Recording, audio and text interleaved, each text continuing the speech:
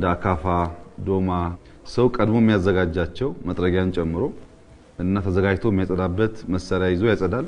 የውስጥን ለማጽዳት ምን መሳሪያ መጠቀም እንዳለብን ሐሳብ ብሰነዝሩ መልካም ይሆናል። እንግዲህ መጀመሪያ እኔ ቀጥ በሉ ልበልና ወደ አካል ልመልስ። አንድ ህፃን ሲወለድ መጀመሪያ ምንድነው የሚያደርገው ብለን ብዙ ጊዜ ስንጠይቅ ሰው ምላሹ ያለቅሳል ነው የሚባለው። ብዙዎቻችን አለም እንደሱ ነው የምንለው። ግን አንድ ሰው ሲወለድ መጀመሪያ ይተነፍሳል ብሎ አየር ነው የሚሰበው። ከዛ ማለቂያው ሰዓት ይደርስና ደግሞ ስንጨርስ ህይወት ማለት በሁለት ትንፋሾች መካከል ነው ማለት ነው። አንደኛው ትንፋሽ ብለን የወሰድነው ከዛ ደግሞ ብለን የተነፈስነው በዛ መሃል ተወለድን አደግን ተማርን አስተማርን መራን ተመራ ገዛን ያ ሁሉ ያልቅና ብለን ስንተነፍስ አለቀ ማለት ነው። እንግዲህ የህይወት ትልቁ ነገር ትንፋሽ ከሆነ ዛሬ ምን ያህሉን ጊዜ ትንፋሻችንን አስበነዋል?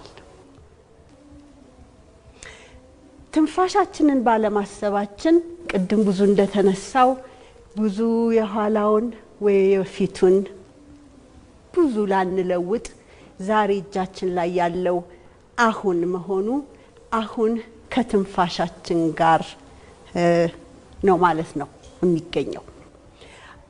በአሁንነታችን ውስጥ በመንገኝበት ጊዜ ትልቅ ኃይል አለ። ብዙ ሲባል በትረካ እንሰማለን። በጣም ረጅሙ መንገድ ከልባችን ጭንቅላታችን ጋር ያለው ነው። ብዙ ጊዜ ከልቡ የሚኖር ሰው ወይንም ከልብሁን እንኳን ሲባል አንድ የልብ መገለጫ ነገር አላት። ልብን ፍቅር እናረጋታለን። እቺ ፍቅር የምትባል ነገር ደግሞ የምትገርም ነገር ናት። የማትፈውሰው የማታድነው ነገር የላት። የሞት መድኃኒት ናት የምትባል አይነት ትንፋሻችንን ከልባችን ጋር ስናገናኘው ብለን ስንተነፍስ ማንነታችን ውስጣችን ጋር እንገናኛለን።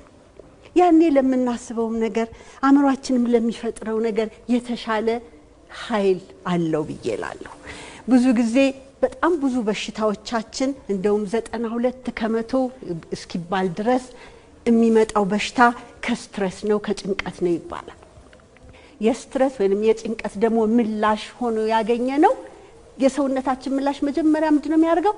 አየር ብሎ ማያዝ ትንፋሻችን ከዚች ጋር ቁርጥ ማለት ትንፋሻችን ቁርጥ በሚልበት ጊዜ በቂ ኦክሲጅን ስለማይኖረው መጀመሪያ የሚጎዳ አንጎላችን ነው።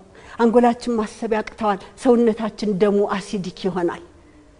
አሲዲክ በሚሆንበት ጊዜ ራሳችንን መግዛት የማንችልበት ደረጃ ያስደርሰናል።